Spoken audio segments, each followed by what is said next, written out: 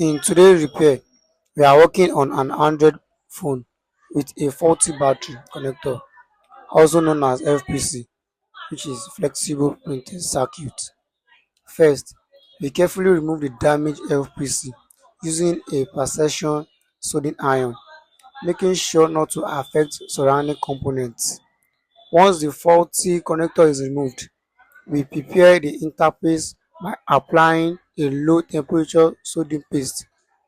This helps ensure a safe and controlled installation process.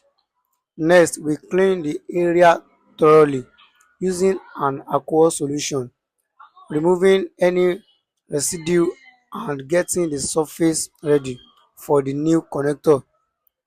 Here we have our donor PCB, from which we carefully extract a good battery connector.